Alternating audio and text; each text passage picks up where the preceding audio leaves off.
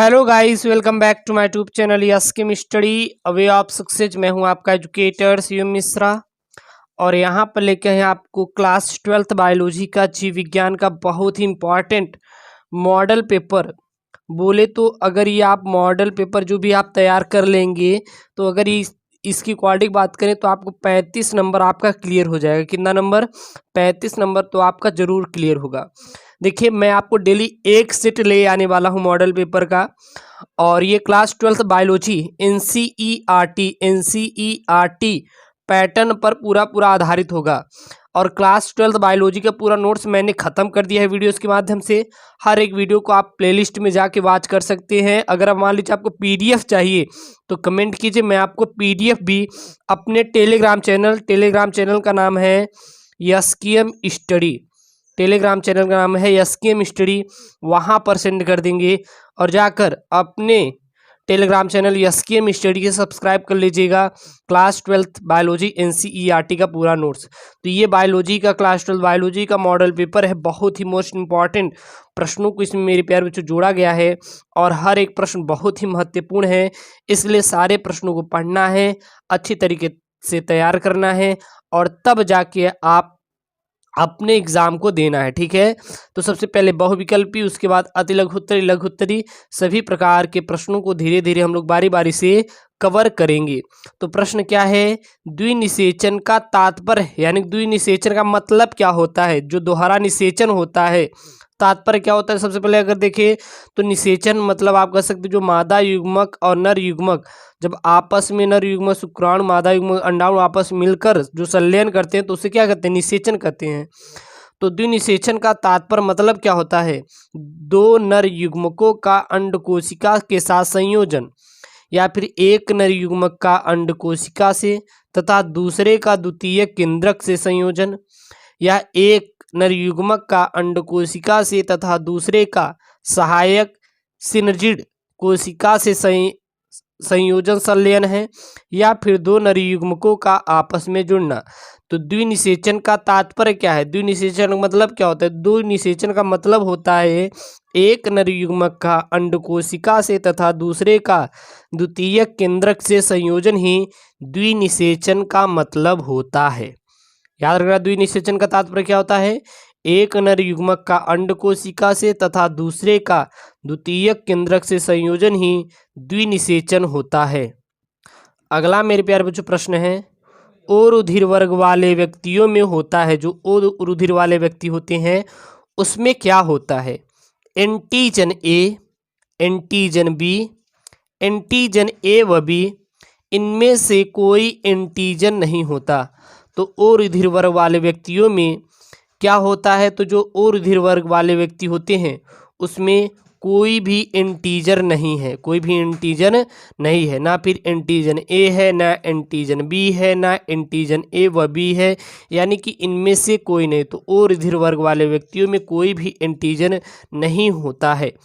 अगला प्रश्न है यहाँ पे, मनुष्य में वर्णांधता का जीन्स स्थित होता है। जो मनुष्य में वर्णांधता का जीन होता है वो स्थित होता है, किस पर स्थित होता है? वाई क्रोमोसोम पर, एक्स क्रोमोसोम पर, दोनों क्रोमोसोम पर, या एक्स या वाई क्रोमोसोम पर। तो मनुष्य में वर्णांधता का जीन जो स्थित होता है वह मेरे प्यारे जो होता है वो होता है एक्स क्रोमोसोम पर ही होता है। जो वर्णांधता का क्या होता है? वर्णांधता मतलब ये होता है कि एक से अधिक रंगों में विभेद ना उत्पन्न कर पाना। जैसे कि किसी व्यक्ति को अगर वर्णांधता हुई है तो वह नील हरे पर लाल रंग या फिर लाल पर हरा रंग का भेद उत्पन्न नहीं कर पाएगा, उसे ही हम लोग वर्णांधता कहते हैं। तो मनुष्य में वर्णांधता का जीन स्थित कहाँ पे होता है? एक्स क्रोमोसोम पर स्थित होता है। जो मनुष्य होते हैं उस पर वर्णांधता का जीन किस पे होता है? एक्स क्रोमोसोम पर ही स्थित होता है। ठीक है, अगला प्रश्न है यहाँ पे, फ्रेडरिक गिफ्ट की खोज की। जो फ्रेडरिक गिफ्ट थे उन्होंने किसकी खोज किया था? जो फ्रेडरिक गिफ्ट थे, स्थान परिवर्तन की, रूपांतरण की, पारक्रमण की, या लिप्त्यांतरण की। तो फ्रेडरिक गिफ्ट ने किसकी खोज की थी? तो जो फ्रेडरिक गिफ्ट ने खोज की थी वह खोज की थी मेरे प्यारे बच्चों रूपांतरण की खोज की थी। जो फ्रेडरिक गिब्स थे वो किसकी खोज की थी? तो याद रखना फ्रेडरिक गिब्स जो थे वो रूपांतरण की खोज की थी। अब आपका आता है अति लघु उत्तरीय प्रश्न। आपको बताया था कि बहुविकल्पिक बाद हम लोग अति लघु उत्तरीय प्रश्नों को कवर करेंगे। तो प्रश्न है आरएनए तथा डीएनए के पूरे नाम लिखिए, यानी कि आरएनए का पूरा नाम क्या होता है और डीएनए का पूरा नाम क्या होता है। तो जो आरएनए का पूरा नाम होता है वो होता है राइबोस न्यूक्लिक अम्ल। राइबो न्यूक्लिक अम्ल या राइबोस न्यूक्लिक अम्ल होता है किसका? आरएनए का पूरा नाम। और डीएनए का पूरा नाम क्या होता है? डीऑक्सीराइबोस न्यूक्लिक अम्ल। डीऑक्सीराइबोस न्यूक्लिक अम्ल किसका होता है? डीएनए का पूरा नाम होता है। और राइबोस न्यूक्लिक अम्ल किसका नाम होता है? आरएनए का पूरा नाम होता है। अगला प्रश्न यहाँ पे स्वास्थ्य के क्षेत्र में अलेक्जेंडर फ्लेमिंग के योगदान का उल्लेख कीजिए। यानी जो स्वास्थ्य के क्षेत्र में अलेक्जेंडर फ्लेमिंग के योगदान के क्या क्या उल्लेख थे, क्या क्या उन्होंने योगदान दिए थे। तो अलेक्जेंडर फ्लेमिंग ने पेनिसिलिन पेनिसिलिन प्रतिजैविक की खोज की। इसका उपयोग मुख्यतः निमोनिया रोग के उपचार में किया जाता है। तो जो अलेक्जेंडर फ्लेमिंग थे इन्होंने पेनिसिलिन प्रतिजैविक की खोज की थी। अलेक्जेंडर ने किसकी खोज की थी? पेनिसिलिन प्रतिजैविक की खोज की थी और इसका उपयोग मुख्यतः निमोनिया रोग के उपचार में किया जाता है।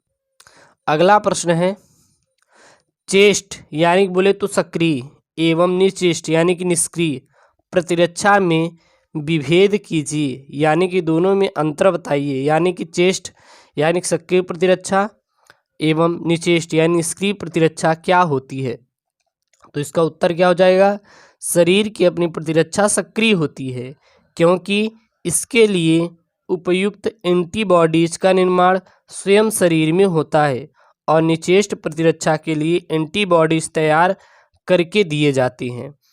याद रखना चेस्ट यानी सक्रिय प्रतिरक्षा क्या होती है? शरीर की अपनी प्रतिरक्षा सक्रिय होती है क्योंकि इसके लिए उपयुक्त एंटीबॉडीज का निर्माण स्वयं शरीर में होता है और निचेष्ट प्रतिरक्षा के लिए एंटीबॉडीज तैयार करके दिए जाती हैं।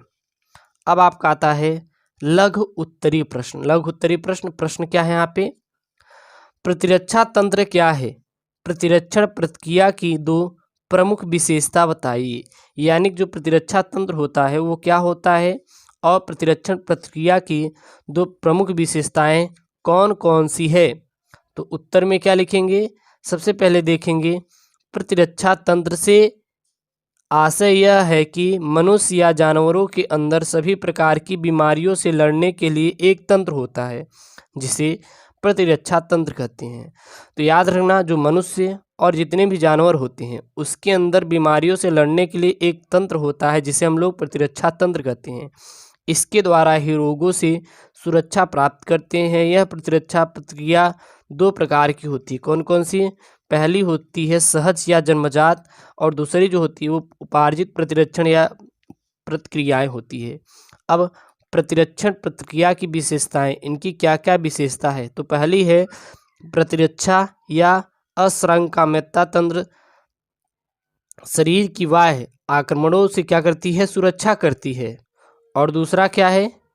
यदि एक बार किसी प्रकार के रोगाणु से प्रतिरक्षा के बाद विशेष प्रकार के रोगाणु की स्मृति जीवन प्रयत्न बनी रहती है, अर्थात किसी रोग के एक बार हो जाने से शरीर में इस रोग की अस्थायी प्रतिरक्षा स्थापित हो जाती है। अब आपका प्रश्न आता है कि एकल कोशिका प्रोटीन में सूक्ष्म जीवियों की भूमिका बताइए। तो एकल कोशिका प्रोटीन साइनोबैक्टीरिया जैसे स्पाइरुलिना एवं कुछ जीवाणुओं को हाइड्रोकार्बन व्यर्थ पर उगाया जाता है। इससे उच्च कोटि की प्रोटीन प्राप्त होती है। इसी को एकल कोशिका प्रोटीन भी कहते हैं। तो यह मेरे प्यारे बच्चों बहुत ही इंपॉर्टेंट मॉडल पेपर है, आप कह सकते हैं इंपॉर्टेंट क्वेश्चन है क्लास 12 बायोलॉजी की। तो इसको पढ़ के जरूर जाइएगा आप एग्जाम देने से पहले अपने बोर्ड का, ठीक है। वो चाहे यूपी बोर्ड हो, बिहार बोर्ड हो, एमपी बोर्ड हो, हर एक बोर्ड की तैयारी आप अपने यूट्यूब चैनल यस की स्टडी पर अच्छे से कर पाएँ। इसलिए चैनल को जरूर से जरूर सब्सक्राइब करें। ओके दोस्तों, थैंक यू, जय हिंद।